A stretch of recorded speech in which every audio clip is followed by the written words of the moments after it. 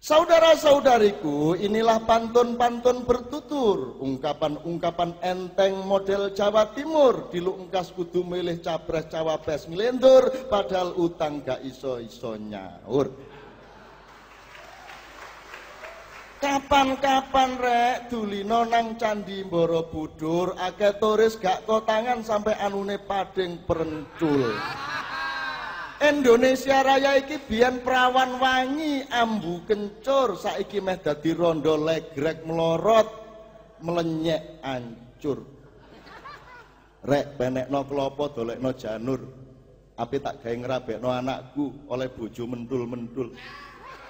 Gak kurang-kurang duwe pemimpin ya SBY ya Gus Dur, dadine kok negara jaran kepang tembem wal pentul. Ojo leren-leren rek, olehmu seneng lan bersyukur, masih oleh bojo pendek metekel utawa lencir dukur. Negara demokrasi iki terus noai babahno kebentur-bentur, sing penting kendel oleh ngawur.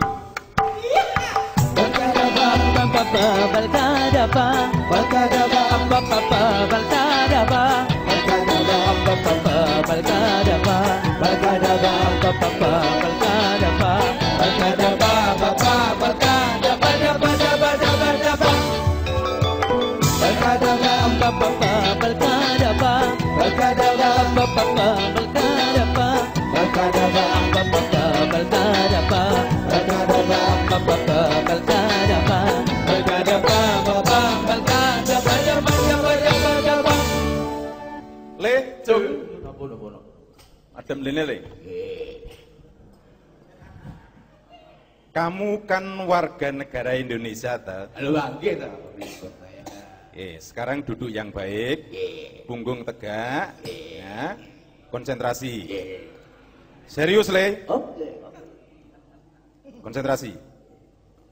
Cobalah pandanglah Indonesiamu itu tepat di pusat mata jiwamu.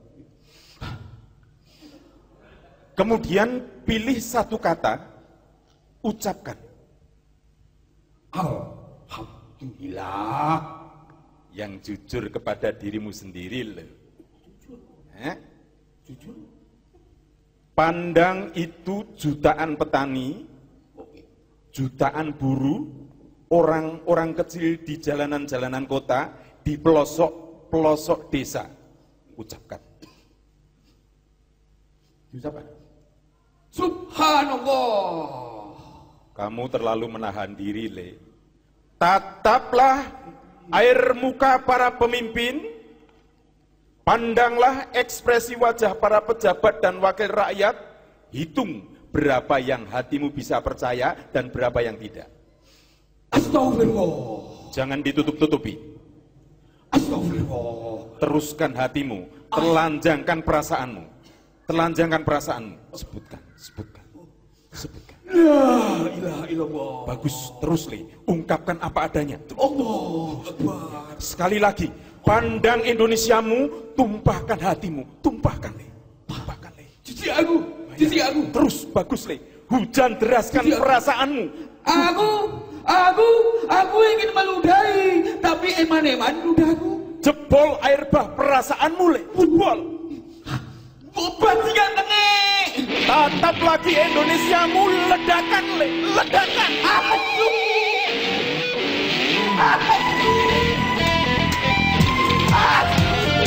Wes le.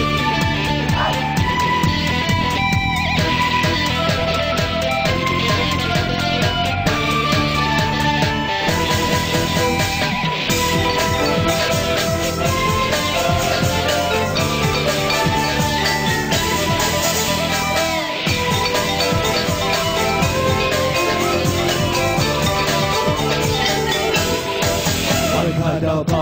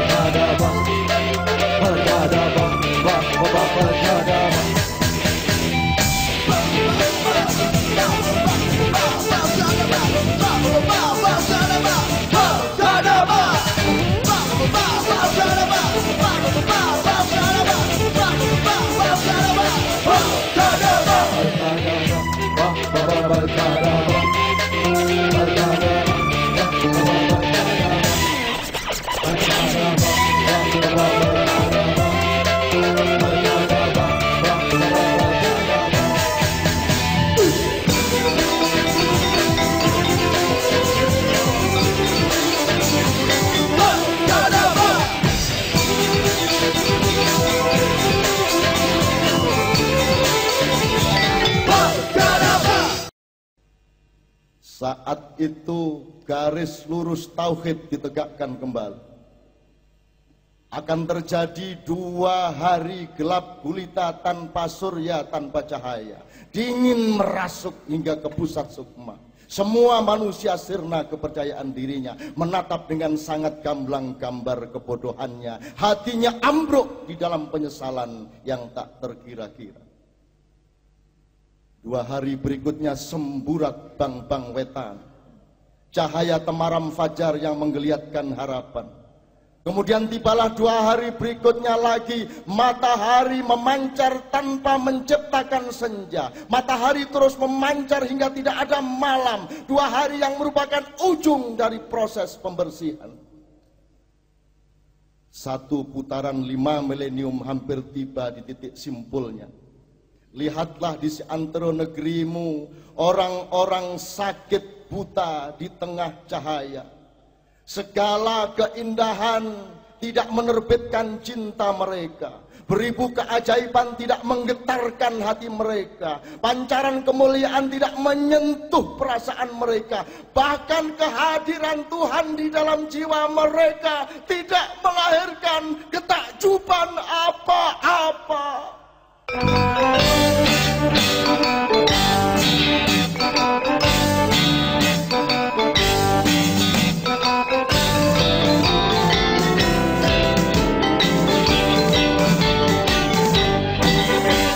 Aku menuruni bukit, gelap luar biasa. Seluruh jiwa ragaku menjelma rasa takut yang tidak terkira.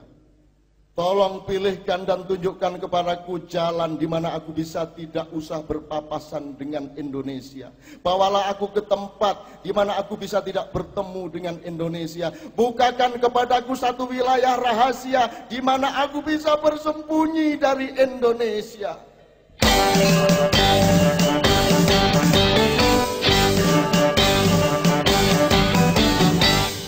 Tak terkira perasaan takutku kepada Indonesia, cintaku melimpah ruah memenuhi jiwa dan raga, tapi sangat ngeri untuk meneruskan hidup bersama Indonesia. Kalau sampai aku kepergok dan tertangkap olehnya, lumpuh kakiku, luluh hatiku sebab tak berdaya. Di hadapan Indonesia aku adalah burung yang hilang sayapnya.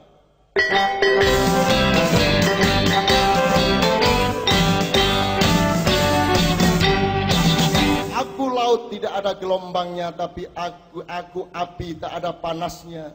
Di dalam Indonesia aku hidup tanpa kehidupan. Aku semangat cinta tanpa gairah nafsu. Aku bangunan menara-menara yang aku robohkan sendiri. Aku telah hadirkan Nabi, tapi ku mohon pulang kembali Nabi.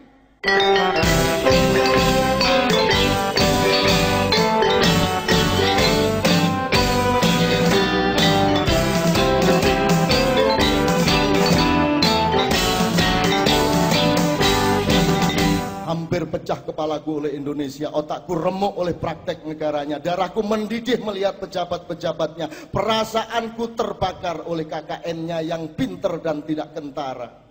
Dadaku mau meledak karena rakyat terus dibodohi tidak habis-habisnya. Hatiku tidak sabar menunggu kapan Tuhan membuka kenyataan bahwa mereka sesungguhnya tidak layak duduk di kursinya.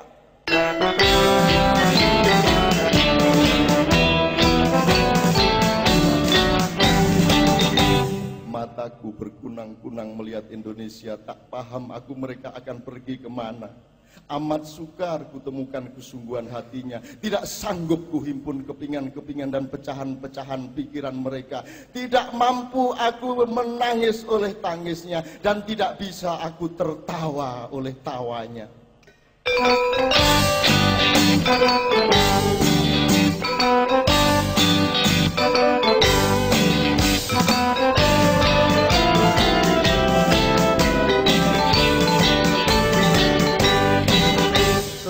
malam ku gambar wajah masa depan Indonesia, paginya ku hapus sendiri dan aku tertawa-tawa. Berpuluh-puluh tahun aku tidak tidur malam karena bekerja membangun mercusuar cahaya benderang. Setiap saat aku siap mengangkutnya langsung ke Sidratul Muntaha. Karena ternyata Indonesia tidak memerlukannya.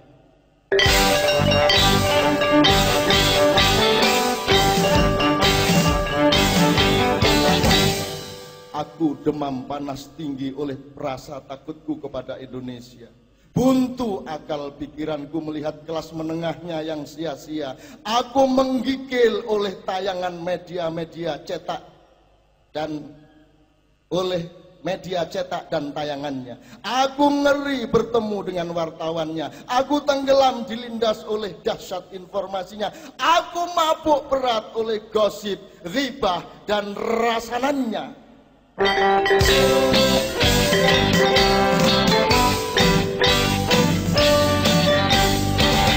Berpuluh-puluh tahun ku banting-banting diriku sendiri, ku campakkan, ku buang-buang, ku lenyapkan. Tanganku ini bekerja melampaui kewajaran hidup dan orang bekerja. Dengan wajahku harus tetap bersemayam di dalam rahasia. Kakiku melangkah sampai hampir menyentuh cakrawala dan aku jaga jangan sampai ada kemasyhuran yang dihasilkannya.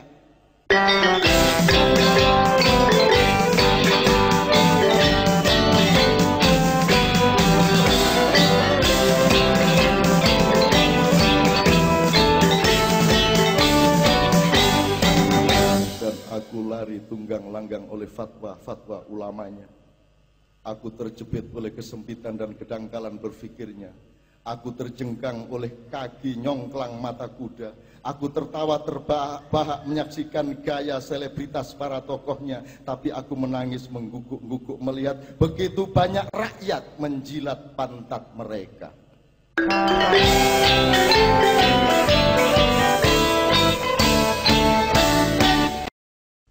Tiba-tiba di puncak bukit yang remang itu muncul sosok yang baru. Mbah Sutron, I love you.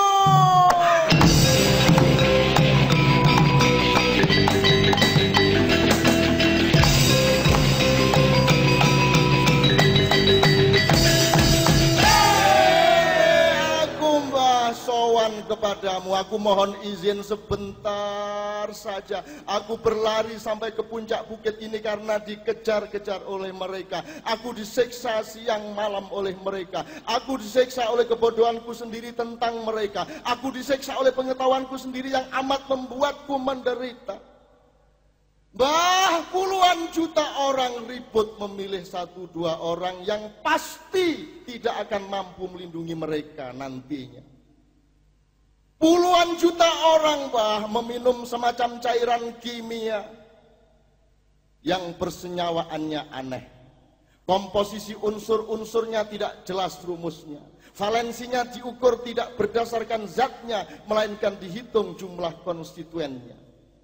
Daya serapnya palsu dan gabungan-gabungannya lucu. Ada persenyawaan yang sangat berbau busuk, tapi dikasih parfum oleh Obama. Sehingga berubah seakan-akan sangat harum aromanya. Tapi aku cinta padamu, Mbah Sutron. I love you.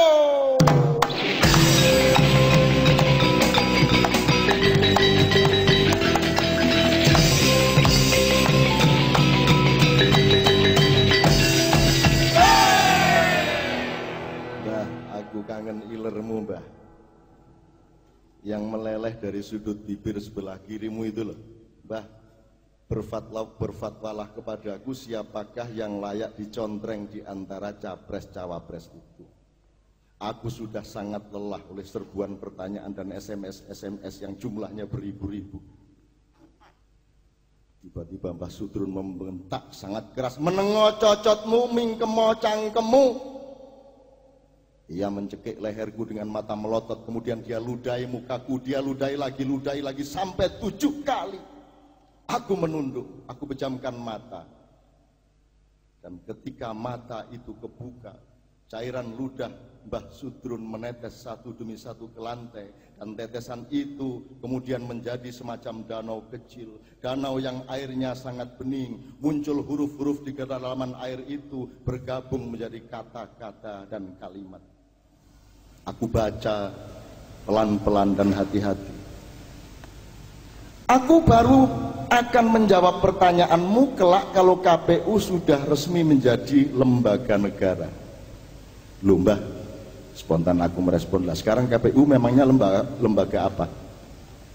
Tulisan di bayangan air danau kecil itu menjawab, KPU-mu itu bukan lembaga negara, melainkan lembaga pemerintah, karena dibikin oleh pemerintah dan posisinya adalah bawahan presiden. Padahal sekarang yang menjadi presiden adalah yang juga turut bersaing untuk menjadi presiden berikutnya. Jadi bagaimana Mbah? Loh, sepak bola cap apa yang wasitnya adalah anak buah kapten kesebelasan? Ya terus gimana Mbak? Kamu ini ngerti ndak sih Nun bedanya negara dengan pemerintah? Negara itu bukan pemerintah, pemerintah itu bukan negara, kekuasaannya berbeda, kantor dan kas keuangannya berbeda. Negara itu rumahnya rakyat, pemerintah itu buruhnya rakyat, ngerti nggak? Berarti kamu belum warga negara Nun. Sana, kamu belajar dulu apa bedanya umat, masyarakat, rakyat, dan warga negara.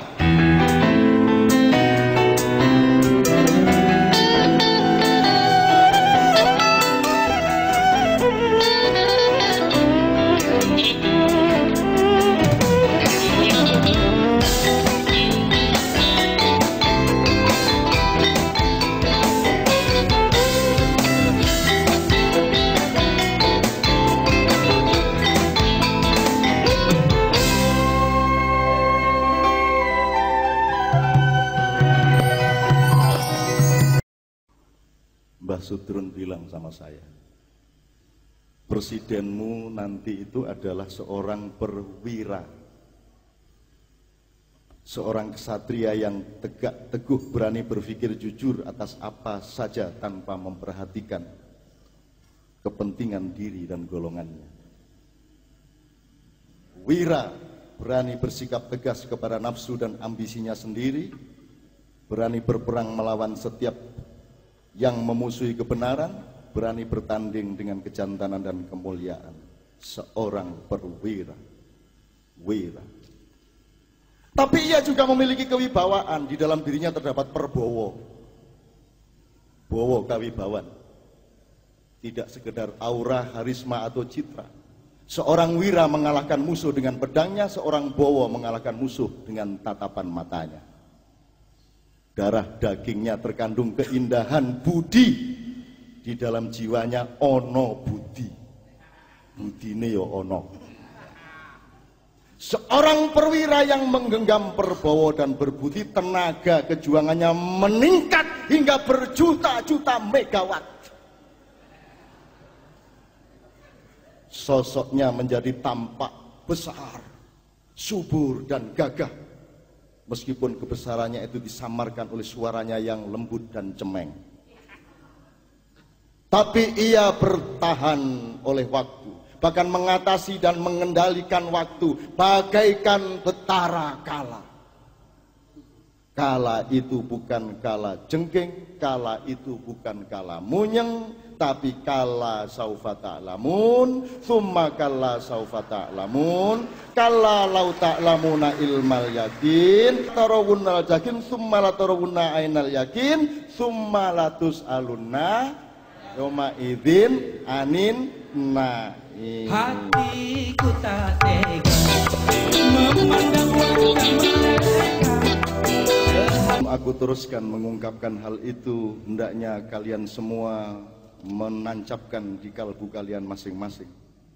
Kalau muatan utama kalbumu adalah kalah atau menang, kalau berputarnya pikiranmu berujung pada kalah dan menang, kalau langkah kakimu, gerak tanganmu, kalau uang yang ditaburkan kepadamu kemudian kau sebarkan kemenangan, kamu sebarkan kembali untuk mencapai kemenangan, maka jangan sampai kemenanganmu adalah kemenanganmu sendiri. Jangan sampai kemenanganmu bertentangan dengan kemenangan rakyatmu. Syukur-syukur engkau ingat dan menginsafi bahwa kemenangan pada pengetahuan ilmu dan undang-undangmu belum tentu kemenangan bagi pandangan Tuhan. Kemenangan meletakkan sesuatu ke pundakmu ialah tanggung jawab kepemimpinan. Maka yang kau panggul bukan kepemimpinan, melainkan tagihan-tagihan terhadap mandat kepemimpinan itu. Seberapa banyak harta kebaikan dan kebenaranmu, seberapa besar kesungguh-sungguhan dalam daya juangmu, akan cukupkah untuk kelak kau bayar hutang-hutang kepemimpinanmu itu? Seberapa tinggi budi susila cinta kerakyatanmu, padahal budi susila saja tidak cukup. Berapa juta megawatt tenaga perubahan untuk sejarah bangsamu, padahal berapa megawatt pun tidak cukup. Ada apa watak dan kepribadianmu sudah wira, padahal kalau hanya wira saja tidaklah cukup. Apa kau pikir terpancar dari wajahmu perbowo, padahal jika sekedar perbowo saja pun tidak cukup.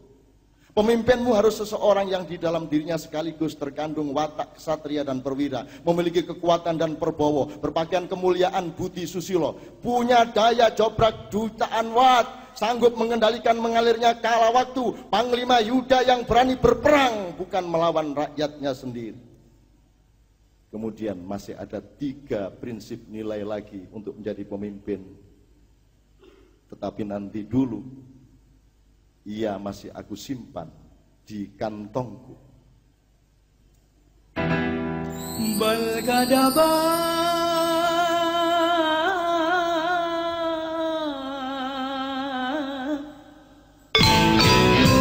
Akan ku cari gelak terasa dunia ini, bagai tiada balkadabi.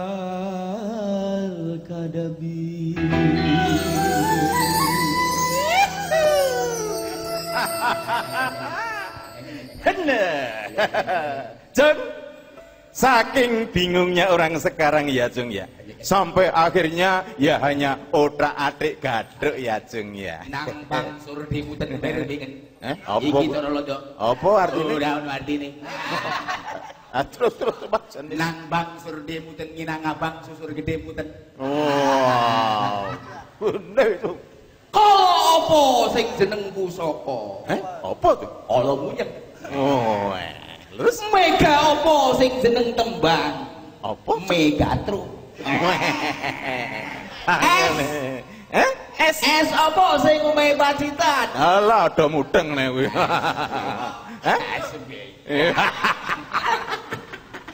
Manuk apa sing jarene disilet dadane? Manuk. Apa? Ayo manuk. Manuk.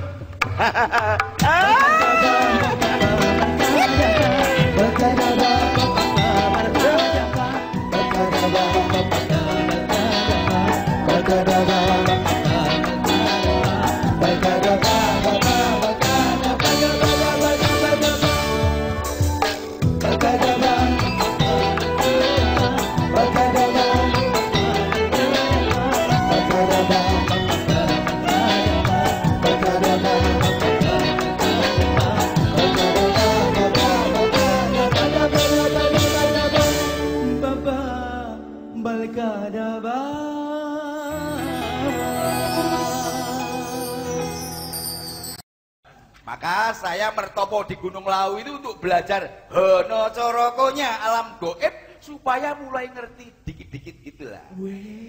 Dan di sana saya malahan bisa ketemu ngarso dalem ingkang sinuwun hamengku wono ingkang kaping 9. Ngaturaken sembah bekti kawula, salam taklim. Ugi ngestoaken dawuh dumateng ngarsa dalem Gusti Darajaton Panatagama Kalipatulong ing bumi Ngayogyakarta hadiningrat samina wa atana. Samina wa ta'na. Desa Kuwi rak congor mule. Lambene bapak kuwi lambe kuno, ngerti ra? Romo, beliau Ingkang sinuwun Hamengkubuwana ingkang kaping 9 itu adalah pemimpin sejati yang jembar hatinya dan selalu mengalah demi kemaslahatan bersama. Jadi kamu sowan kepada beliau? Sowan kepada beliau? Nah, maksud saya begitu. Tapi beliau juga sedang bertapa itu loh. Apa? Seluruh wajah, kepala dan badan beliau itu dikerudungi dengan kain hitam. Apa kira-kira itu terkait pilpres lagi, Po? Kalau Panggra itu saya itu, beliau itu sedang menciptakan keseimbangan dan harmoni. Apa kuwi? Apa kuwi?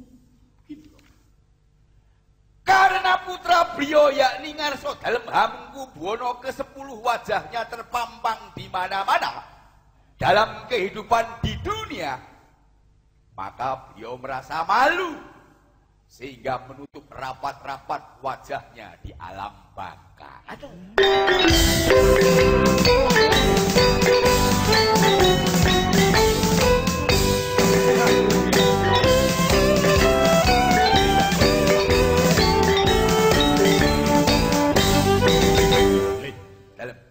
Kalau Pak Harto ketemu ndak, Le? Ayo, Pak Harto itu kan tempat resminya kan agak di sebelah barat, Romo. Ya toh? Rodo Kulon. Tapi ada, begitu melihat ada saya, lantas beliau melompat gengkang ke Gunung Lawu. Ayo ngampleng raimu, Le. Ayo, enggak mungkin itu, Romo. Ah, dia itu ternyata ke Gunung Lawu itu janjian sama Bung Karno sih. Loh kan putri dan mantu mereka itu berpasangan. Jadi mereka merayakan koalisi itu, toh, Le? Tampaknya kok tidak, Romo. Loh, Sebab wajah mereka berdua itu tampak sangat sedih dan penuh kekhawatiran. Mereka kemudian berpelukan dan kelihatannya kok menangis. Gung Binatoro, sang yang menang, sang yang widi. Para pemimpin kita menangis di alam kesunyian. Tidak hanya berakhir pada tangis, Romo. Beliau berdua juga saya lihat kemudian bersalaman seperti dua prajurit di medan perang. Dan sesudah itu mereka berdua melesat terbang. Wajah mereka penuh amarah dan dendam kepahlawanan. Aku buntuti, ternyata mereka pergi jauh ke benua utara mendatangi leluhur-leluhur dari bangsa Serikat Amerika. Ladalah, Yono, Yuda.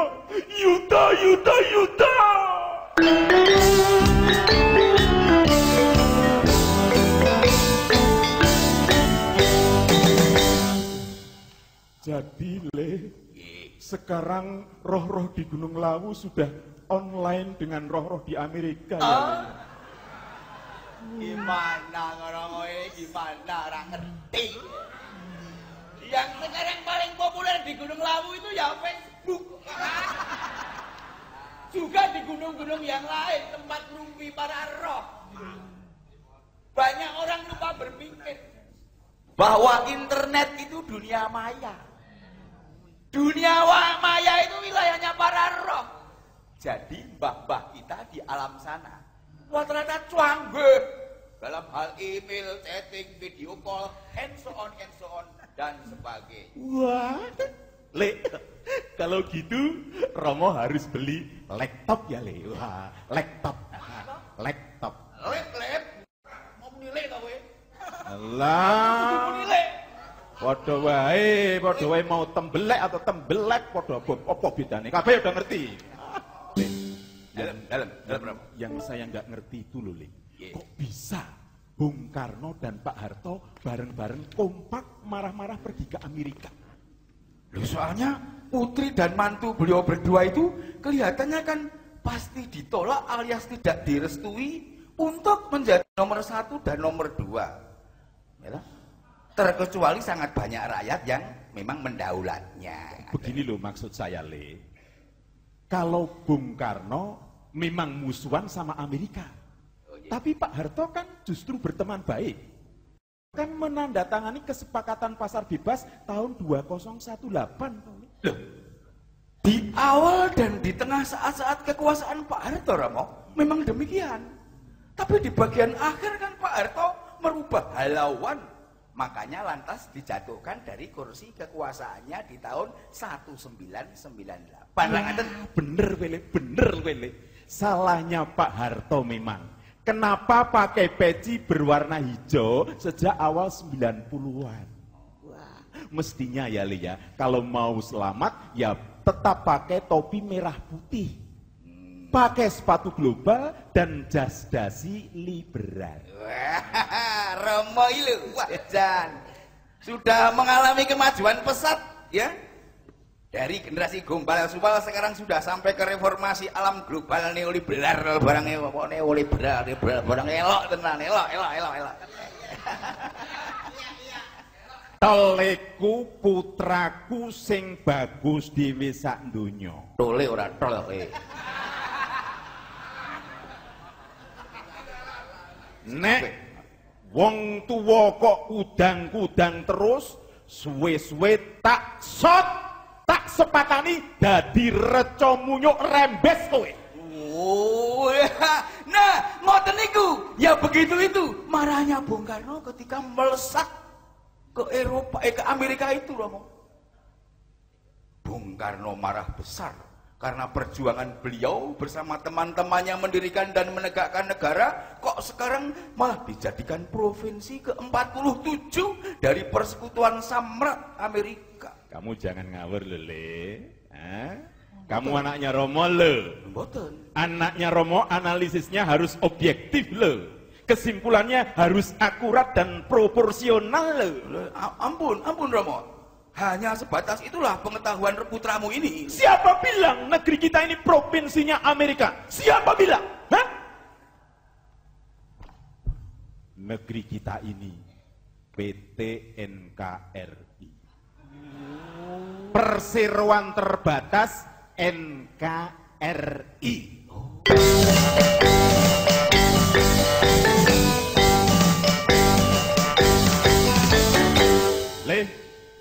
Sebenarnya kamu itu tidak perlu ke Gunung Lawu, ke Gua Hiro, Jabal Musa, atau kemanapun, Le.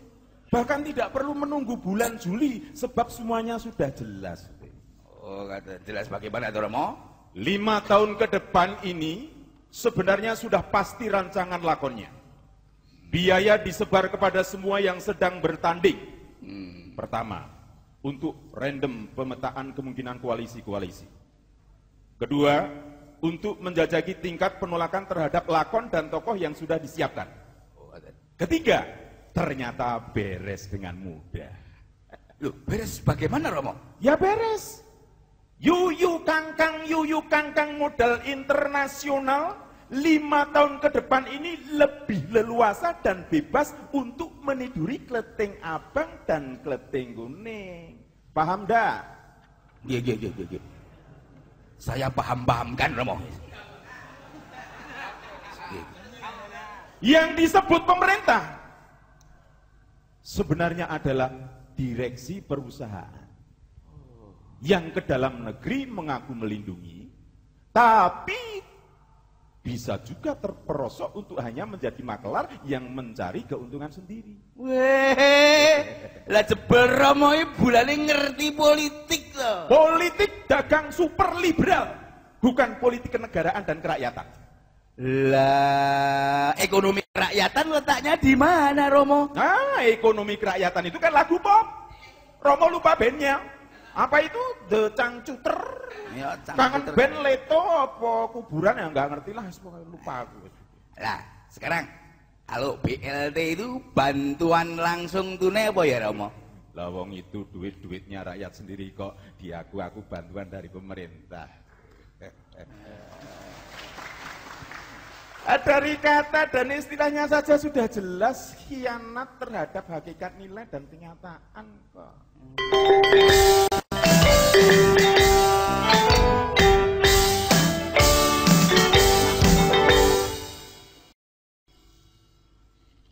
Ngomong apa ayo? Romo. Nah. Ini Wigatos Romo. Apa? Di Gunung Lawu itu saya memperoleh pengalaman yang luar biasa dan ngedapi-dapi Romo. Pengalaman apa? Saya menyaksikan musyawarah kadal. Kadal kok bermusyawarah? Awang manusia-manusia reformis saja ndak mau dan ndak bisa musyawarah kok. Mereka memang belum begitu kadal Romo. Jadi kadar kekadalannya itu masih belum signifikan. Tokoh-tokoh mutakhir kita ini kan kalau kata Tuhan tahsabuhum jami'an wa qulubuhum shatta. Apa kuwi? Kelihatannya mereka itu bersama-sama duduk bareng di suatu ruangan, berposisi sama-sama dalam panggung kepemimpinan nasional, tetapi sesungguhnya hati mereka terpecah belah, diam-diam memperjuangkan kepentingannya sendiri-sendiri dan saling mengincar untuk saling menghancurkan. Nah, kalau masyarakat kadal nggak begitu Pak? Wah, nggak gitu. Kalau kaum kadal benar-benar bermusyawarah, berunding, mungkin berdebat, tapi untuk kepentingan bersama. Jadi musyawarah kadal di Gunung Lawu itu temanya apa? Temanya tentang 2012 Romo.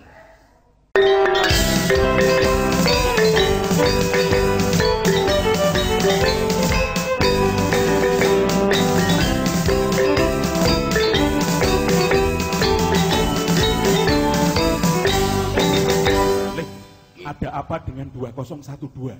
Wah, Romo ini mesti nggak kenal sama Mama Lauren ya. Loh, Romo ini levelnya Joyoboyo le, Nostradamus atau ahli kebatinan Inka dan Maya. Nah, yaitu Romo. Penanggalan bangsa Inka Maya itu intervalnya dari 3113 tahun sebelum Masehi hingga tahun 2012 Masehi. Menurut mereka, tanggal 21 bulan 12 tahun 1012 itu adalah ujungnya kehidupan akhir zaman. Nak Gudel, jangan merasa GR menceramai Pak Kebu Romomu ini lo ya. Romomu ini jiwanya selalu muda dan optimis. Tahun 2012 itu bukan hari kiamat, melainkan peralihan dari dimensi ketiga menuju dimensi keempat, bahkan dimensi kelima. Tapi bumi berhenti 4 detik loh Romo. Bumi berhenti putarannya dan itu sudah sangat cukup untuk menciptakan guncangan mahadahsyat yang meluluh lantakkan seluruh kehidupan di bumi. Umat manusia dibersihkan, disaring. Pergeseran radikal dari kurun perak ke kurun emas. Oh, siapa manusia yang bisa bertahan dari guncangan galaktik, guncangan akbar yang tak terkirakan semacam itu, Romo? Itu namanya gabah den interi pari dikaya sing bosok lan sing kopong dibuang. Manusia yang lolos dari saringan kosmis itu DNA-nya akan meningkat dari strain 2 ke strain 12. Mereka akan merintis kembali kemampuan teknologi internal mereka sebagaimana yang pernah dicapai sekian milenium yang silam oleh nenek moyang bangsa kita. Manusia baru itu tidak memegang remote control di tangannya karena remote-nya terletak di pusat struktur prana jiwanya, disistemasikan oleh akalnya dan dikun fayakuni oleh kalbunya. Itulah sebabnya maka nenek moyang kita dulu bergaul dekat dengan masyarakat lumba-lumba dan saling menasihati di antara mereka. Bahkan mereka juga bekerja sama dengan komunitas kuda terbang sehingga mereka memperoleh ilmu katurangga. Tapi menurut para kadal itu, manusia di peradaban sekarang ini kehidupannya terlalu linier, Romo. Mental dan jasadnya terlalu tergantung pada suplemen-suplemen sehingga tidak bisa dibayangkan akan bisa lolos dari 2012. Sebab disitulah nanti waktu tidak linier lagi. Salah, Le. Salah. Lu pripun? Itu justru karena ada sebagian manusia yang sanggup menaklukkan waktu. Ayah. Mereka akan bikin jembatan antar planet, perhubungan bintang, Stargate. Bumi akan menjadi sebuah pedukuhan kecil. Sebab sudah komunikasi antar makhluk-makhluk dalam peta galaksi yang maha luas. Walah, komunikasi antar planet apa, Romo? Wong saya ke Gunung Lawu saja panjenengan sudah bingung kok. Le, sebentar Le. Ada berapa kadal yang bermusyawarah di Gunung Lawu? Oh, tidak terhitung, Romo. Kadalnya kecil-kecil atau ada yang besar? Ada yang kecil sebagaimana yang dikenal banyak orang. Tapi ada juga yang agak besar sebesar komodo. Dan bahkan tidak sedikit yang raksasa mirip-mirip dinosaurus. Balkadaba, daba. Itu yang akan dibereskan oleh Nabi Isa. Hati-hati, jangan GR, ojo dumeh. Siapa saja yang berkuasa sebentar lagi, ojo dumeh, ojo dumeh.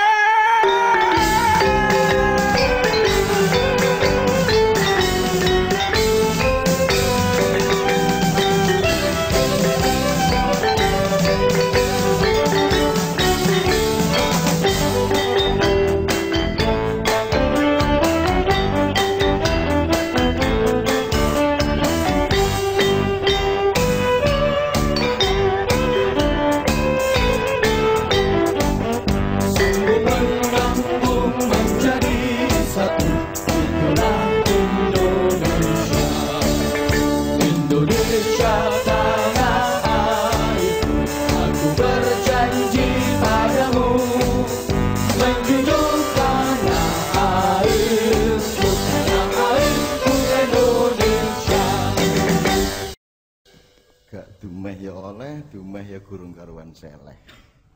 Jarine darang jemblung astagfirullah estehbir ya oleh. Wong cilik setengah mati dididik dadi anak soleh bareng wis melok kuwasa nyuwolonge dadak akeh.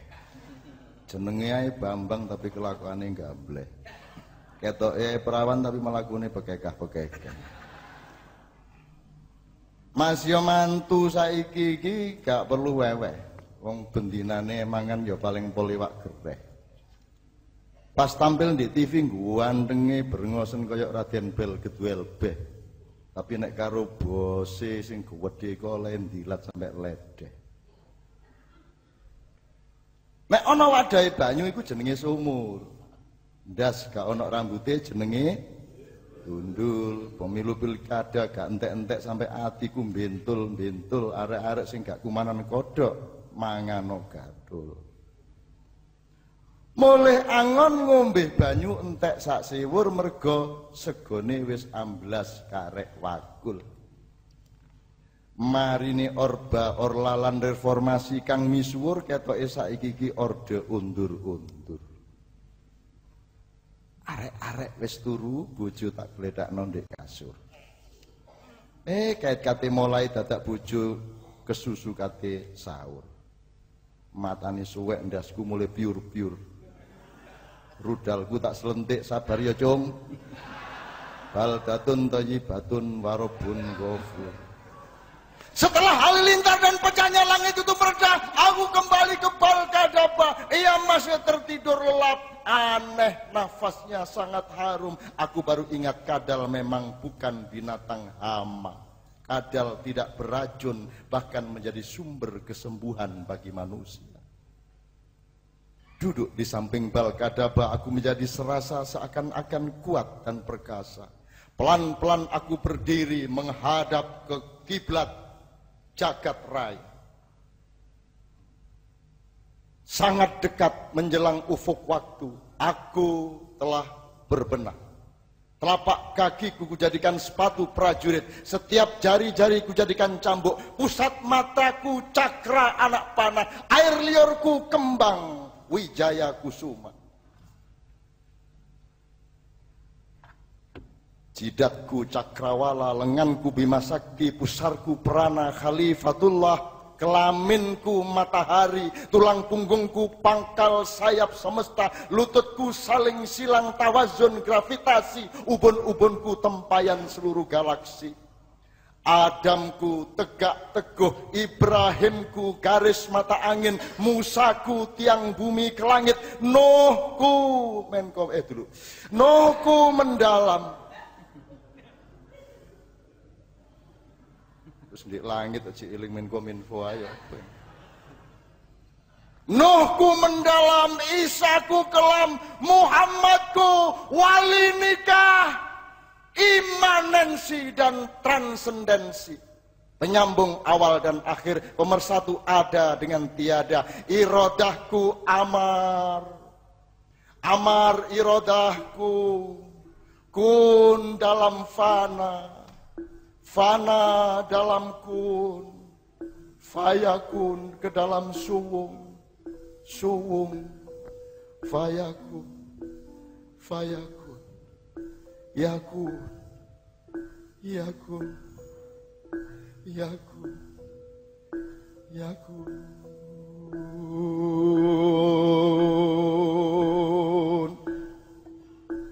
Lingsir wengi tan kendat, pepaya memola tan kinaya ngapa.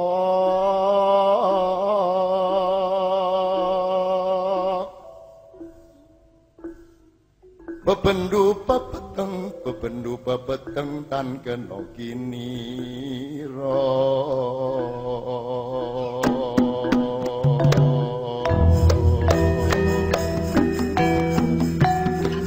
Lingsir wengi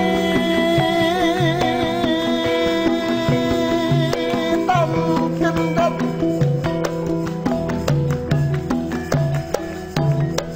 pepaya memala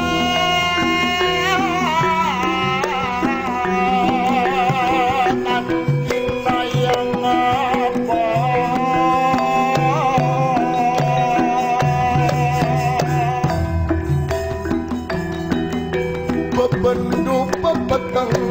Bebendu pepeteng tan kena kinira.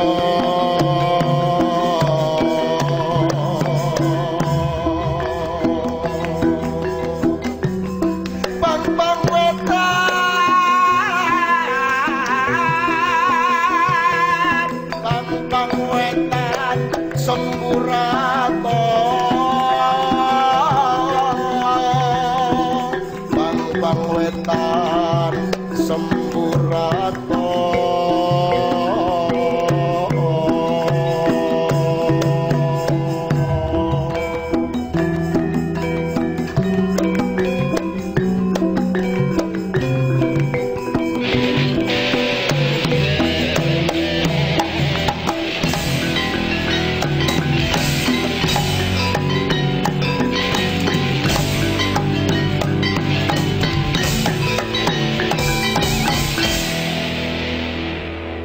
Balkadaba menggeliat dari tidurnya, dan dari irama nafasnya aku dengar kembali suara, akulah Balkadaba, aku binatang tidak istimewa, aku bukan sahabat khalifah sejati, manusia utama, sebagaimana kuda terbang dan lumba-lumba yang diturunkan langsung dari kebun surga, sebagaimana juga tanah liat negeri Nusantara Indonesia.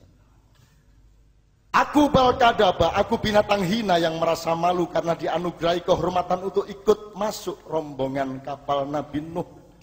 Kapal yang berbau sangat busuk karena ditinjai, ditai, diberaki oleh 350 manusia pendengki dan pembenci yang membuat Kanjeng Baginda Nuh amat sakit hati. Jabrail datang membawa sakit ke dalam perut orang-orang yang perak itu. Mereka meraung-raung dan memekik-mekik sehingga ramai-ramai mereka minta tolong kepada Nabi Nuh, dan Nabi Nuh menyuruh mereka pergi masuk kapal. Kalau kalian ingin sembuh, carilah tinja kalian masing-masing, tolong dimut 1-2 jumput. Baginda Nuh selalu mengalah serta menolong mereka. Dan Jabrahil sudah membawakan upah dari Allah berupa ilmu tentang kebusukan hati manusia. Tentang kemampuan bersyukur yang semakin terkikis. Agar supaya Nabi Nuh mengerti bahwa ia dikelilingi oleh makhluk-makhluk yang tidak punya martabat dan tidak mengerti harga diri. Iblis diam-diam berpegangan di ekorku, kata Balgadaba. Masuk kapal Nuh untuk mengejek Baginda. Untuk menyatakan keprihatinan bahwa hanya 300 orang yang memasuki kapal Ma'iyah masa depan. Sementara ratusan juta lainnya dilindas oleh air bah yang menenggelamkan sepertiga bumi. Karena mereka terjebak oleh acting iblis. Dan iblis turut serta membersihkan kapal dari tinja dan bau busuk. Baginda Nuh mengiris kulit seekor gajah dan irisannya menjadi babi. Kemudian iblis ikut mengiris kulit babi dan irisan kulit babi itu menjadi tikus. Babi dan tikus adalah pemakan kotoran sehingga manusia menghina dan merendahkannya, kecuali para penumpang kapal Nabi Nuh yang memperoleh pelajaran khusus tentang rahasia kebenaran. 3 putra Nabi Nuh, Raden Mas Kawit, Kan'an dan Hasyim. Kawit minta upah kepada bapaknya untuk mau membantu membelah kayu bikin perahu. Kan'an merasa gagah dan berilmu naik panggung, naik gunung. Air bah mengejarnya dan melalapnya sampai meninggal dunia. Sedangkan Hasyim memimpin sembahyang, melanjutkan keturunan dan merintis kembali sejarah peradaban sampai ke Pulau Jawa. 50 kali Jabrahil mendatangi Baginda Nuh selama 990 tahun usianya. Kemudian belasan ribu tahun kemudian manusia di tanah ini tinggal sampah, gopok, gamoh, medel, manja, sakit-sakitan, tidak percaya diri dan hanya bisa menyembah suplemen.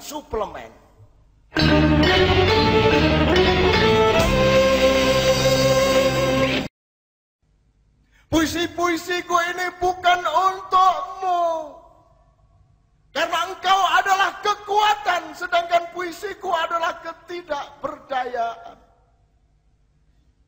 Karena engkau adalah riuh rendah kejayaan, sedangkan puisiku adalah bisunya kesunyian.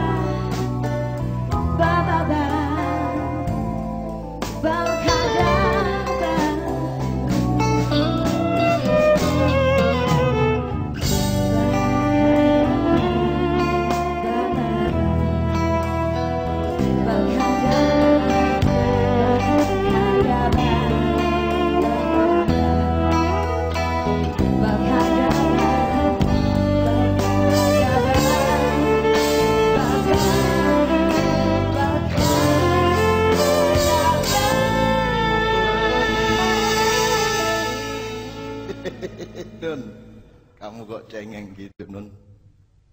Aku tidak setuju kamu sedih. Begitu kata Balkadaba sambil memegang pundakku. Aku menjawab dengan tegas. Karena cintaku kepada negeri Indonesia tidak bisa menjadi bangunan manfaat apapun bagi rakyatnya. Aku ini sudah terlanjur tidak pernah mengurusi diriku sendiri. Aku tidak pernah punya program pribadi.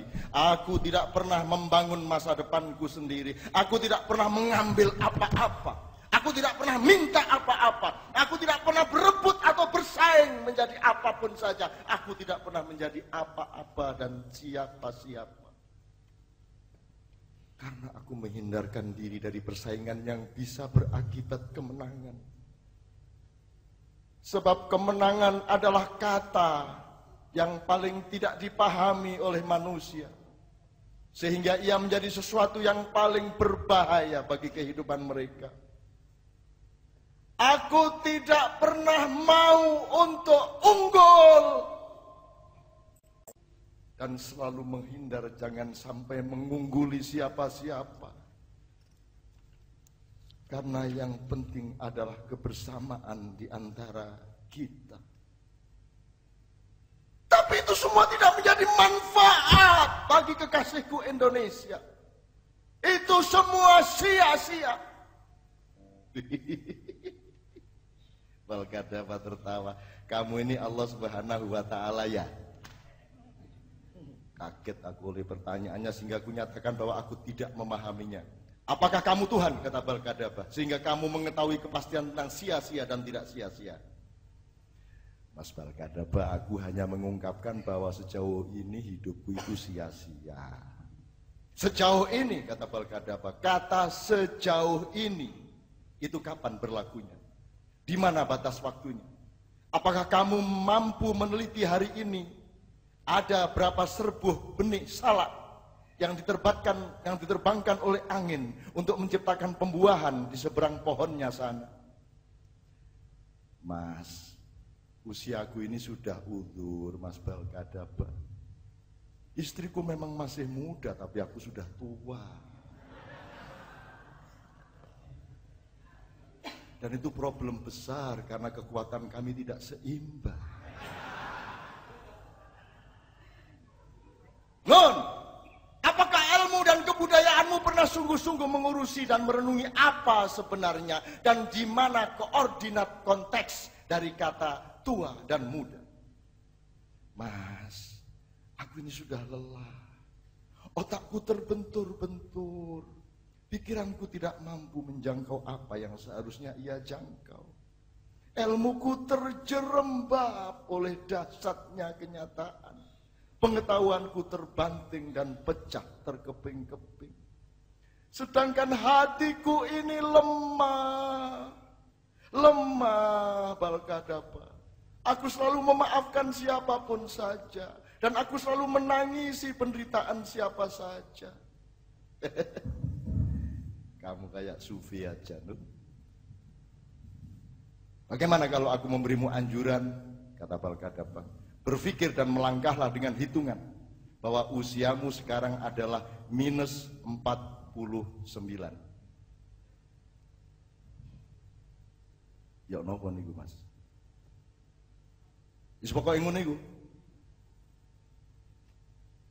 Kamu tanya lagi, ternyata kamu terlalu banyak meminta, padahal tadi kamu mengaku, aku tidak pernah minta apa-apa. Ya tapi kalau kepada Mas Balkadaba kan pasti lain masalahnya. Nun, pulang kamu sekarang ke tanahmu. Balik kamu ke Indonesia, mulailah kembali semuanya dengan satu pekerjaan saja. Bersihlah kamu, pandanglah daun-daun dan dengarkanlah bisikannya.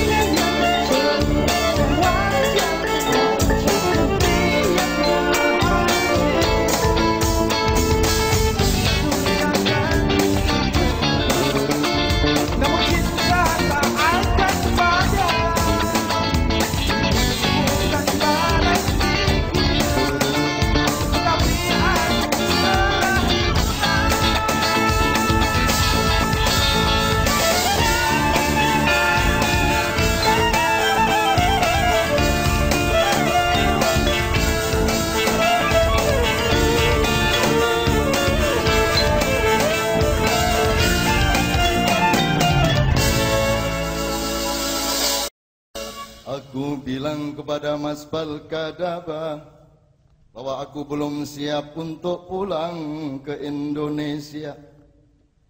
Aku lelah dikejar-kejar oleh mereka, aku disiksa siang malam oleh mereka. Karena orang-orang di sana sedang dan akan melakukan kegiatan besar-besaran yang aku amat susah memahaminya. Tapi sebelum aku teruskan, aku bertanya kepada saudara-saudaraku semua ini, apakah masih akan kami teruskan atau di stop di sini saja? Temenan ta. Konek bojo awas kon tak cegat di pinggir jalan, tak kawak nombor. Puluhan juta orang ribut, berembuk dan berdebat. Kemudian mereka akan memilih 1-2 orang untuk diangkat menjadi pemimpin mereka, yakni pemimpin yang pasti tidak akan mampu melindungi mereka, tidak mampu membawa mereka melakukan perubahan yang mendasar, mengakar, sejati dan hakiki. Padahal rakyatnya sudah tidak punya waktu lagi, sehingga perubahan semacam itu wajib terjadi. Pemimpin-pemimpin mereka itu tidak buruk dan tidak bodoh, tapi belum mencukupi kebutuhan darurat bangsanya. Pemimpin-pemimpin mereka itu semua terampil. Ada yang lebih cepat, lebih baik. Ada yang harapan baru. Ada yang lanjutkan.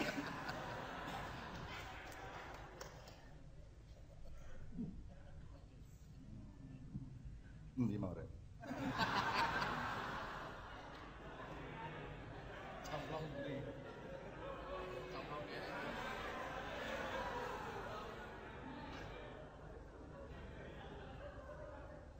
Semua mereka itu baik dan terampil, tapi belum memenuhi syarat kebangkitan. Kita ini harus bangkit. Dan harus dipahami siapa dirimu supaya kamu tahu bangkit sebagai apa dan bagaimana dan sampai seberapa jauh atau seberapa tinggi. Kalau kau tahunya kamu adalah kodok, maka kebangkitanmu adalah kebangkitan kodok. Tapi kalau kamu tahu kamu adalah Balkadaba, kebangkitanmu bukan kebangkitan kadal yang kecil, tetapi kebangkitan kadal raksasa. Wadah dari kepemimpinan yang masih rapuh itu adalah negara yang belum benar-benar negara. Negara karbitan, negara plagiat, negara tiruan dengan cara meniru yang ngawur. Itu bukan politik, itu royokan namanya. Siapa menang dia ngerakoti paling banyak. Memang pada dasarnya bangsaku ini tukang serobot. Baik kalau naik motor di jalan, apalagi kalau sudah masuk ke dalam parpol-parpol. Pada dasarnya bangsaku ini bangsa cengengesan. Sudah tahu utangnya segitu banyak tidak bisa bayar, cengenges. Undang-undangnya penuh muatan kepentingan golongan. Pemerintahannya, ya Allah, maafkan aku katakan ini, pemerintahannya, kecuali Saiful, bergelimang kepalsuan.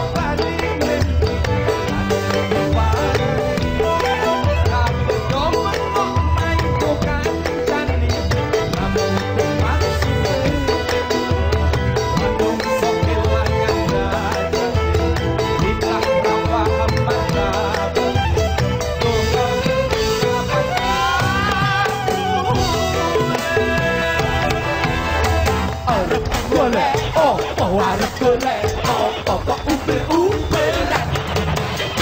Padha goyah opo padha goyah opo kok jegal-jegalan.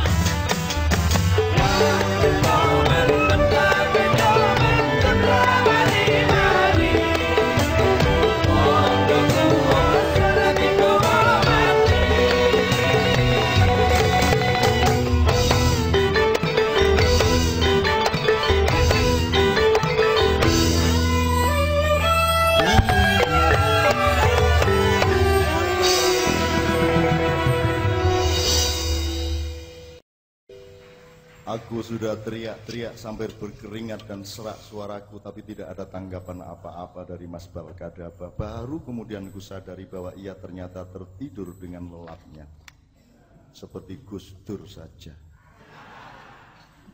Tetapi betapa menggelegak jiwaku, berdebar-debar hatiku, menatap Balkadaba tidur bagaikan membuka galaksi-galaksi ilmu. Aku amati sirip-siripnya satu persatu, yang jika ku lepasi dan aku kumpulkan akan menjadi sebuah buku besar yang ngegirisi. Tiba-tiba sebuah ledakan petir sangat keras. Cahaya muncrat seakan-akan mengiris-iris langit. Aku terpelanting jatuh.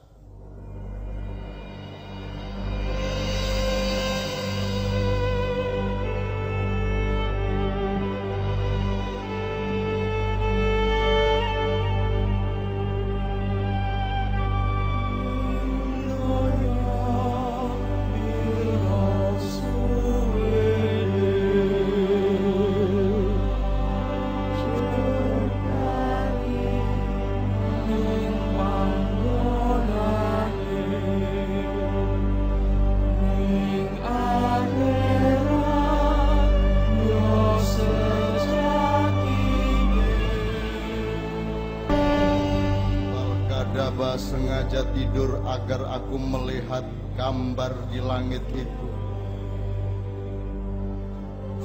Fal tandur nafsu ma qaddamat lighad. 3 tahun lagi di manakah engkau dan aku?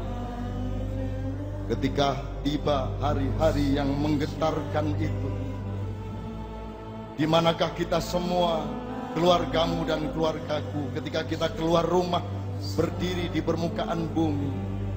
Di atas ubun-ubun kita terdapat tempayan agung raksasa. Seluruh jagat raya membentang tepat di atas kepala kita. Kita bagaikan nyunggi galaksi. Galaksi seluruhnya tanpa sisa.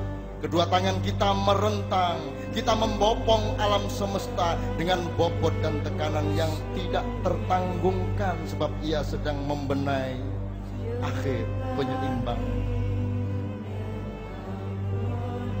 Titik tengah di antara kedua pijakan kaki kita muncul garis lurus.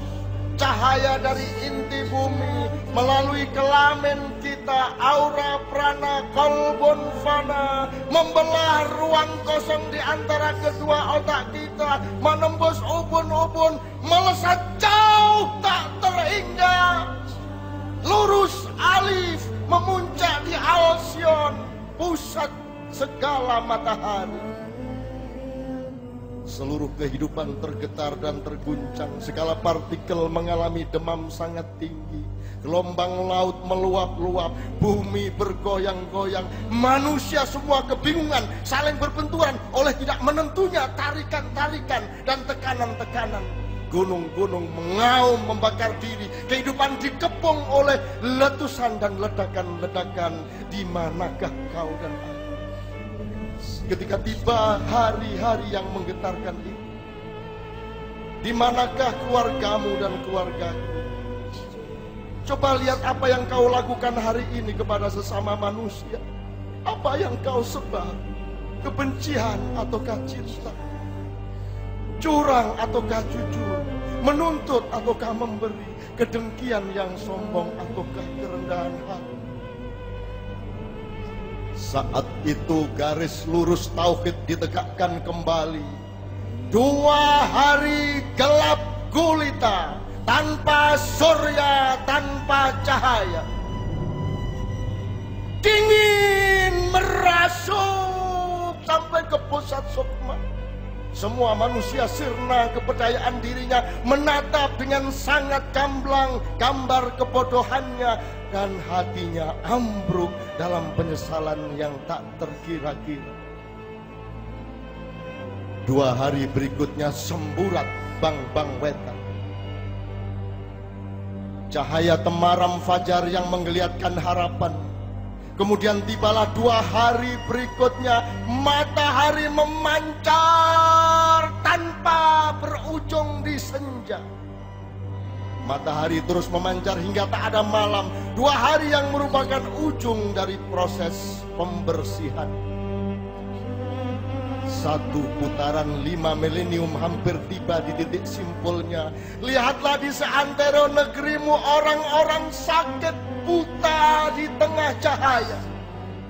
Segala keindahan tidak menerbitkan cinta mereka. Segala kebaikan tidak menggetarkan hati mereka. Beribu keajaiban tidak membuat mereka menggigil. Pancaran kemuliaan tidak menyentuh perasaan mereka. Bahkan kehadiran Tuhan di dalam jiwa mereka tidak melahirkan ketakjuban apa-apa.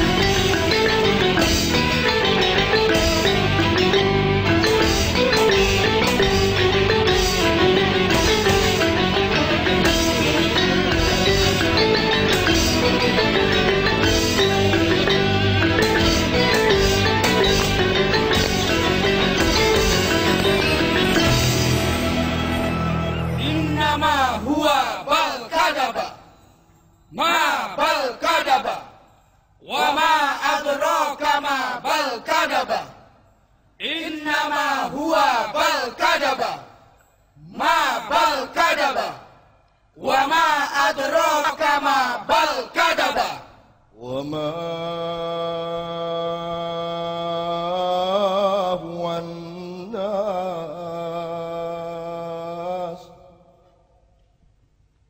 wa ma huwa an-nasu illa kadzdzaba وما هو الناس إلا كذب ثم كذب وثم كذب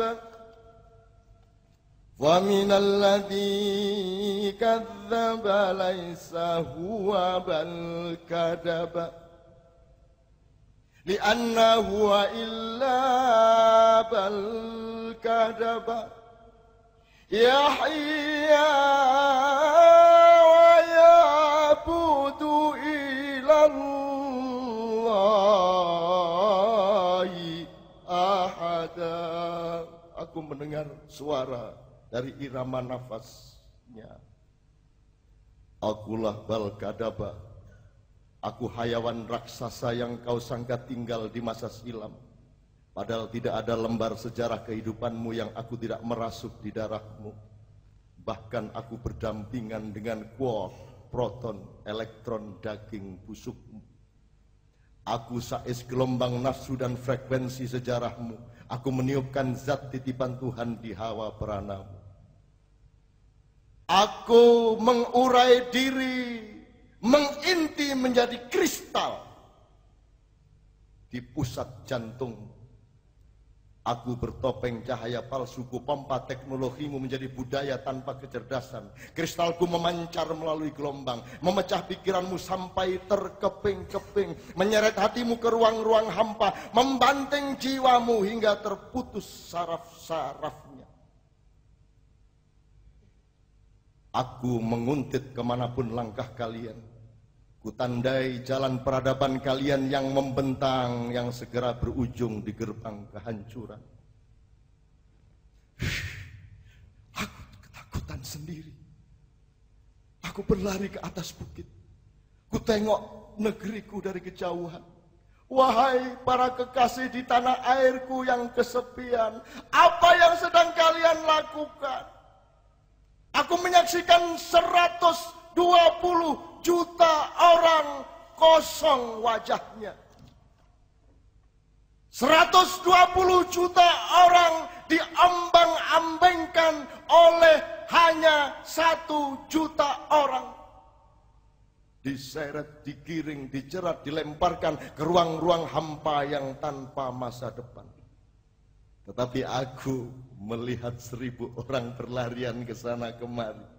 Ada yang pergi cari Joyoboyo, ada yang ketik rek ke Mama Lauren, ada yang terbang ke Andalusia hingga Yunani dan Mesir kuno, ada yang bersila bertapa memasuki kuil Inka dan Maya, ada yang berendam di sungai, ada yang gelantung di pohon bak kelelawar, ada yang pergi semadi ke Gunung Lawu.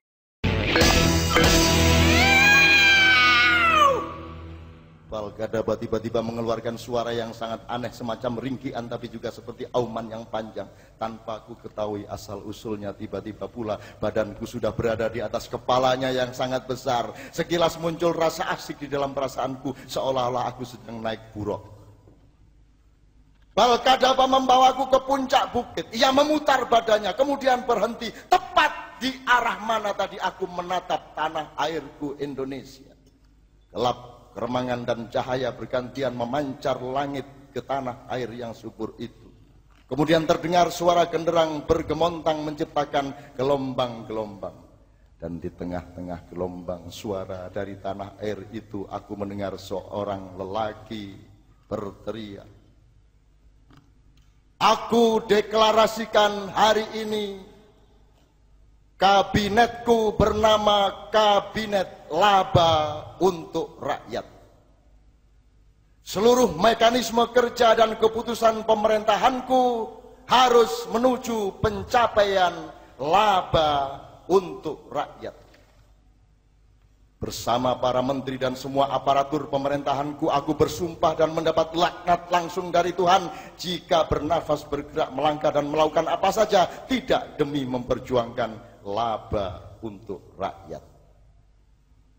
Ini bukan soal siapa presidennya dan siapa wakilnya. Juga tidak penting apakah engkau jadi presiden atau jadi Bambung Melarat.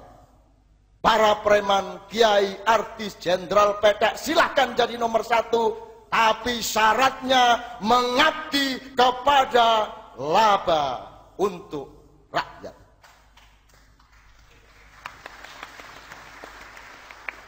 Siapapun saja yang sudah terlanjur menghuni tanah negeriku, dan siapapun saja yang datang dari luar, semua bekerja dan mengabdi kepada satu hal saja, laba untuk rakyat.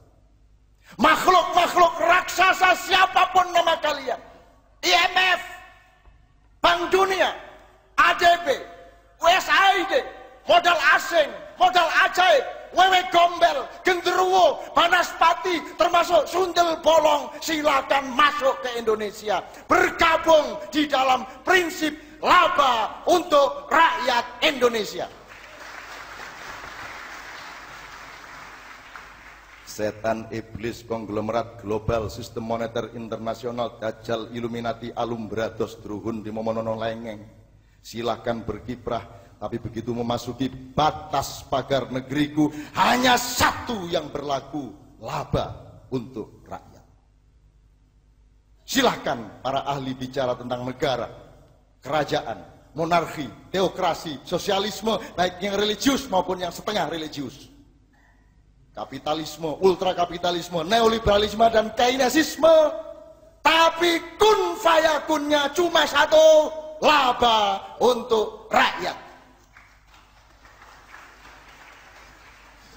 Keringetan untuk laba untuk rakyat.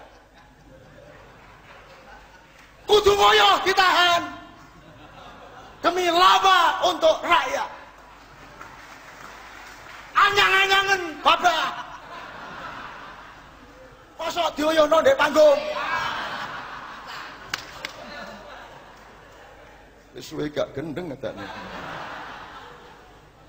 Mau mengolah tambang, batu bara, emas, silahkan. Mau bikin mall-mall, Carrefour, Kersri, Kertu. Mau bikin PT kapal keruk, taline kenceng. Saipul ngantuk, taline ngaceng.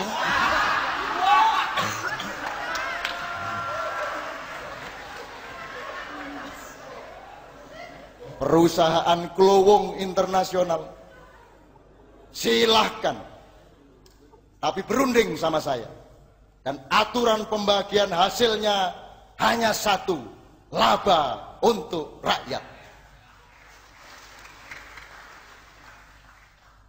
Iblis mau bikin perusahaan, malaikat Jibril mau bikin parpol, silahkan. Tuhan mau kos, silahkan. Gatel taek mlebu cangkemmu, silahkan. Tapi satu perundingannya, laba untuk rakyat.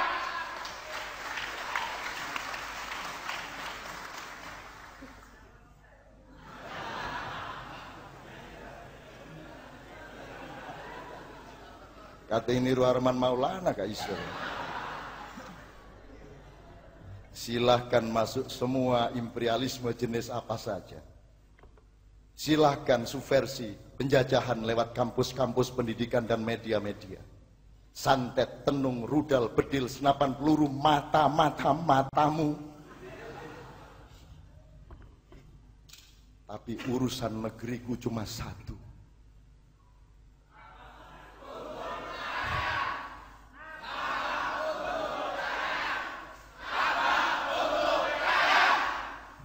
Gak ngomong, harus ngomong kabeh. Gak ada iklan di TV.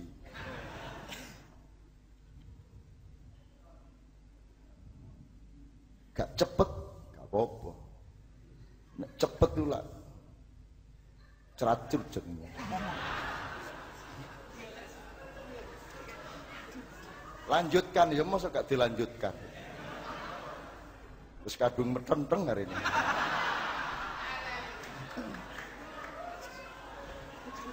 Lah sudah cenut-cenut bangkean nih. MPR, DPR, DPD, atau silakan bikin lagi KPR, Pak D, Bude. Lembaga sayang masalah, aktivisme, lembaga dana internasional, tayangan rasan-rasan dan wawancara lempar batu dari kejauhan. Majelis Oron itu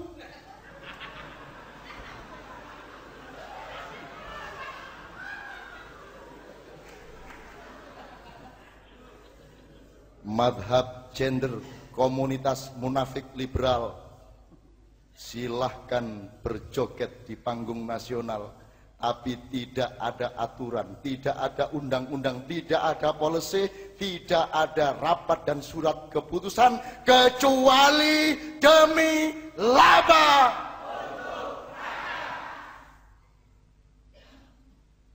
Pisahkan secara transparan kas pemerintah dengan kas negara. Tidak ada pegawai negeri yang patuh kepada atasan. Yang ada adalah pegawai negara yang taat kepada undang-undang.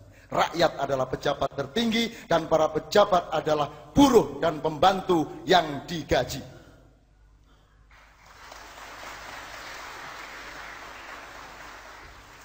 Falsafah negaraku Pancalaba.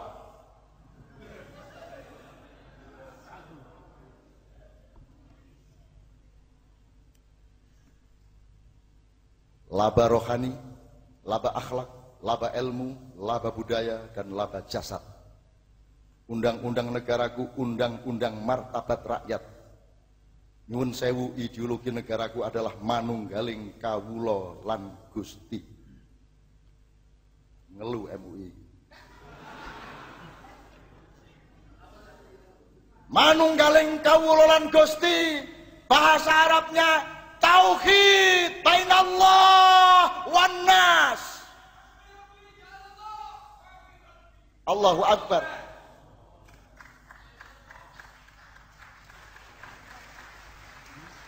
Di dada pemimpin, di dalam dadanya Karwo dan Saiful, di dalam dadanya SBY Yusuf Kalla,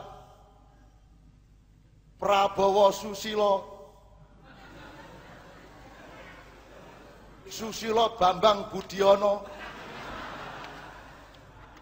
Yusuf Susilo Subianto. Di dalam dada kalian bersatulah rakyat dengan Tuhanmu.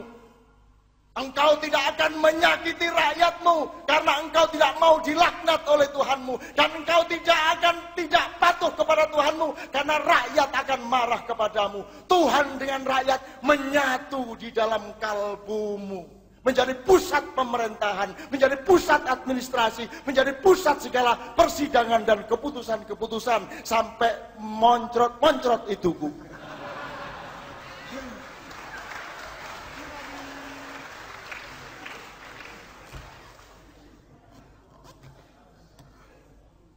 Terus sampai emben nih.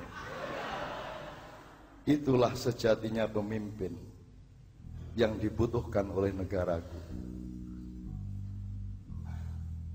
Lambat atau cepat, kalian semua dan makin banyak orang di berbagai wilayah, di berbagai provinsi, kabupaten, desa dan kota akan makin banyak yang bersedia mati untuk laba, untuk rakyat.